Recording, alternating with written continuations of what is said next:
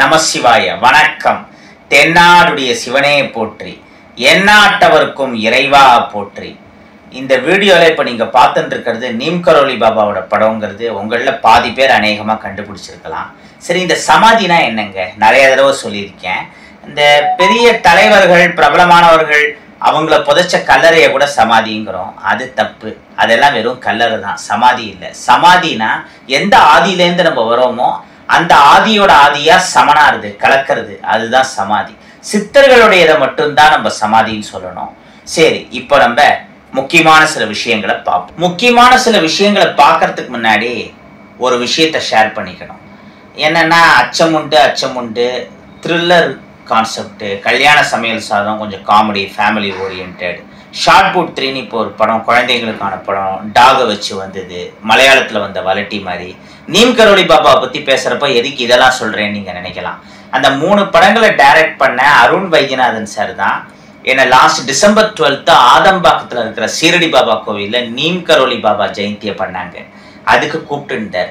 சிக்கல் சிங்காரவேலனுக்கு முகம் வேர்க்கும், நாச்சியார் கோவில் கருடனுக்கு முகம் வேர்க்குங்கிறதெல்லாம் ஏற்கனவே கேள்விப்பட்டிருக்கேன். 1-2 தடவை பார்க்குற பாக்கியமும் கிடைச்சிருக்கு. இங்கே நீம் கரோலி பாபாவுடைய மார்பிள் விக்கிரகத்தில் அவரோட முகம் வேர்த்துது புஷ்பாஞ்சலிக்கும் போது. இது ரொம்ப ஆச்சரியப்பட ஒரு விஷயம். அவரோட ஜீவசமாதி உத்தரப்பிரதேஷ்ல இருக்கு, பிருந்தாவன்ல. இங்க அவரோட விக்கிரகத்தை வச்சிருக்காங்க. அப்ப இங்க எவ்வளவு பவர் பாருங்க. மகான்கள் எல்லா இடங்கள்லயும் வியாபித்து இருப்பாங்க. அவங்களால நினைச்சா என்ன வேணாலும் பண்ண முடியுங்கிறதுக்கு அங்க நடந்தது ஒரு முக்கியமான உதாரணம். சரி, இப்போ அந்த நீம் கரோலி பாபா ஜெயந்தியில அடியேன் பேசின முக்கியமான சில விஷயங்களை இப்ப பார்ப்போம். சாலோக்கியம், சாலுப்பியம், சாருப்பியம், சாயுஜ்யம்னு 4 நிலைகள் இருக்கு மோட்ச நிலை. அதுல சாயுஜ்ய நிலைங்கிறது என்னன்னா, கற்பூரத்தை கொடுத்தினா எதுவுமே மிஞ்சாது. அத சயின்டிபிக் ப்ராசஸ்ல சப்ளிமேஷன் சொல்லுவாங்க. அந்த மாதிரி தெய்வத்தோட தெய்வமா கலக்கிறது. அந்த சாயுஜ்ய நிலையை அடைந்தவங்க தான் இந்த மாதிரியான சித்தர்கள், ரிஷிகள் எல்லாருமே. அதுல நீம் கரோலி பாபாங்கிறவர் முக்கியமானவர்.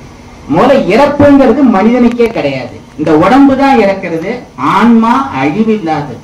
அதுதான் நம்ம இந்து மதம் முக்கியமா வலியுறுத்துற விஷயம். அப்படி இருக்கிறப்ப மகான்கள் பிறந்தார்கள், இறந்தார்கள்னே சொல்லக்கூடாது. அவதாரம் செய்தார்கள், சமாதி அடைந்தார்கள். அந்த எந்த ஆதியிலிருந்து வந்தார்களோ அந்த ஆதியோடு சமமாக சமனடைந்தார்கள் அப்படிங்கிறது தான் கரெக்டான விஷயம். ஏன்னா ராகவேந்திரா இருக்கட்டும், சீரடி பாபாவா இருக்கட்டும், நீம் கரோலி பாபா, இவங்க எல்லாருமே இப்ப வரைக்கும் சமீப காலத்துல பல பேருக்கு காட்சி கொடுத்திருக்காங்க. ஒண்ணும் இல்ல, 9 வியாழக்கிழமை பாபாக்கு விரதம் இருந்து பாருங்க, 100க்கு 90 பேர் கனவுல பாபா வருவார். இது சத்தியம். என்ன பிரச்சனைக்காக நீங்க விரதம் இருக்கீங்களோ அதுக்கு சொல்யூஷன் சொல்லுங்க. கொலைப்பட்டி கிடக்கிறது பாபாக்கு பிடிக்காது, லிக்விட் டயட் மட்டும் எடுத்துட்டு இருக்கணும். இந்த அனுபவம் எனக்கே வந்துருக்கு. அடியேன் ஒரு 2 தடவை அந்த மாதிரி 9 வியாழக்கிழமைன்னு எடுத்திருக்கேன். அந்த டயத்துல என் லைஃப்ல என்ன நடக்கணுமோ முக்கியமான விஷயங்கள் எல்லாமே நடந்தது. இந்த மாதிரி பல மகான்கள் இருக்காங்க. அதுல இந்த நீம் கரோலி பாபாங்கிறவர் ரொம்ப முக்கியமானவர். இந்த நீம் கரோலி பாபாவை பத்தி ஒரு விஷயம் எல்லாருக்குமே தெரியும். தெரிஞ்சவங்க தான் இங்க இருப்பீங்க. அப்ப ஸ்டார்ட் அப் ஐடியாவோட ஸ்டீவ் ஜாப்னு நினைக்கிறேன் ஐபோன் ஆரம்பிச்சு வந்த நீம் கரோலி பாபா ஆப்பிள பிரசாதமா கொடுத்த.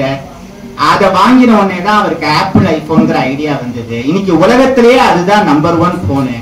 எவ்வளவு ரூபாய்க்கு வித்தாலும் வாங்கறதுக்கு நிறைய பேர் தயாரா இருக்காங்க.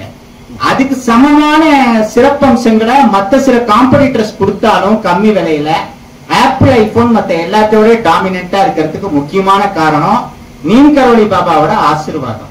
ஆனா இதை நம்ம எப்படி எடுத்துக்கணும்? ஒரு சின்ன உதாரணம், திருவண்ணாமலையில ஈசான்ய ஞான தேசிகர்னு ஒரு பெரிய மகான். அவரோட ஜீவசமாதி ஈசான்ய மூல பக்கத்துல பார்க்கலாம்.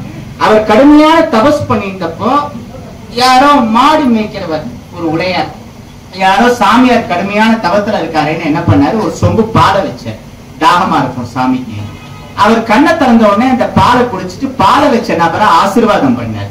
அதுக்கப்புறமா அவர் வீட்டு வேலைக்காக பூமியை தோன்றப்போ ஒரு பெரிய தங்கப்பதியல் கிடைச்சது. அதுல கோடீஸ்வரன் ஆயிட்டார். உடனே என்ன பண்ணாங்க, 100கணக்கான பேர் பால் சொம்பு எடுத்துட்டு அவரை தொட்டி வந்தாங்க. ஏன்னா எல்லாருக்கும் புதையல் கிடைக்கணுங்கிற ஆசை.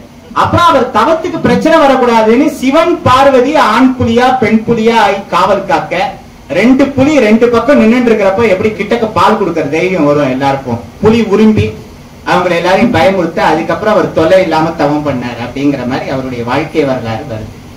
ஸ்டீவ் ஜாபுக்கு அந்த மாதிரி ஒரு அதிர்ஷ்டத்தை நீம் கரோலி பாபா கொடுத்தாருன்னா அது ஏற்கனவே விதிக்கப்பட்டது.